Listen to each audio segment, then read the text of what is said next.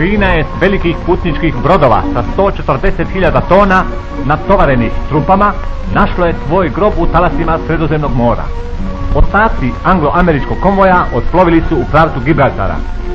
Čitava jedna divizija nije stigla na južno-italijanski front.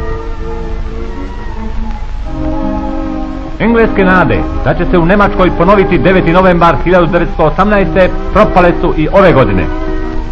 Englezima je vrlo neprijatno što je vođa Rajha u svome govoru njih označio kao ratne krivce. Ne predosjećaju li možda oni svoj 9. novembar? Blagodareći požrtvovanju svojih pilota koji se prezidući smrt obaraju svojim aparatima i velikim tovarom bombi na neprijateljske brodove, postiglo je japansko vazduhoplovstvo jednu impozantnu pobedu. Kod Bougainvillea je potopljena čitava jedna flota.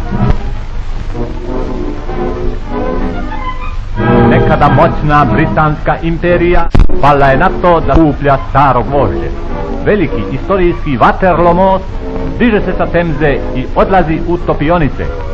Zar su tako brzo presušili bogati izvori sirovina nekadašnje gospodarice mora?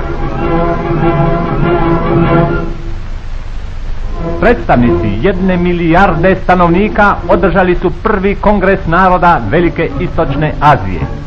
U zajedničkoj deklaraciji obavezali su se sve zemlje da sarađuju u vođenju rata u cilju potpunog oslobođenja od britansko-američkog podjarmljivanja. Borba do posljednjeg daha, glasi odgovor glavnog litvanskog dnevnog lista Atetis na tvrđenje Moskovske pravde da Litvanci žudno očekuju dan svoga oslobođenja. Litva ne čezne nimalo za tim da ponovo vidi crveni teror u svojoj zemlji. Srpski narod, koji je vekovima stajao na braniku svojih nacionalnih tradicija, neće nikada dozvoliti da bude prevaren kao ruski narod pre 25 godina. Srpski narod neće da služi ciljevima jevrejstva, kominterne i plutokratije. Srpski narod hoće da srbuje,